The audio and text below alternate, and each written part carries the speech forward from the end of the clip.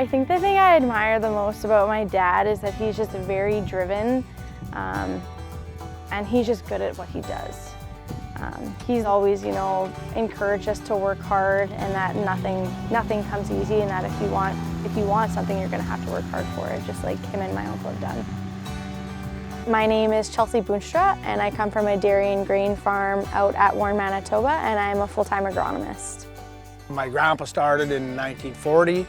Farm was passed on to my dad and my uncle, and currently my brother and myself are the owners of the farm.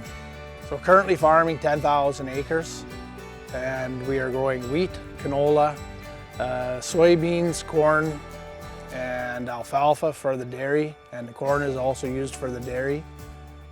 As a young farmer, my brother and myself could definitely say we probably spent too much time working and not enough time playing. So when we started the farm, it was stressful, and we probably didn't take enough time away from the farm. And at the age of 46, I had a heart attack, and I blame it all on stress. Can't believe how dry it is. Starting to flower. Don't know if it's gonna mount to anything without some rain. So 58% of farmers deal and live with anxiety. Plants don't have much time left. And 45% live under higher stress conditions than more than the general public. There is a foundation now called the Do More Ag Foundation, and they're definitely wanting people to talk about mental health. I think it's important for farmers to have these conversations because for myself, for example, I've grown up with anxiety, and I never really talked about it or really understood it until I was basically in university. And you learn that when you bottle things up for a long time, it just brings you to places that you don't want to be. So since I had my heart attack, I decided that maybe there was other things to do than just be on the farm. So we bought a cottage off the farm at Falcon Lake, and we like to go there on weekends, not every weekend, because of course we're still busy, but when we get the chance to go, we like to go. So life on the farm is different from what it used to be.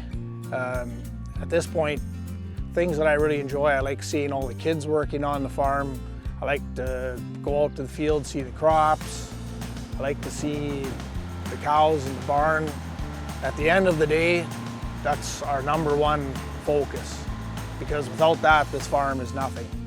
So the better job we do of looking after our crops and our livestock, the more successful we will be, and the better life I will have, my kids will have, and our kids after that.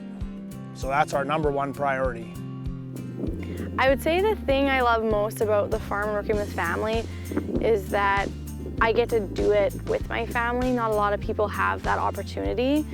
The thing I think I would like consumers to know about our family farm is that even though we're a larger operation, we still do everything the same that we would do even if we were smaller. Farming has always come first to our family, even over health.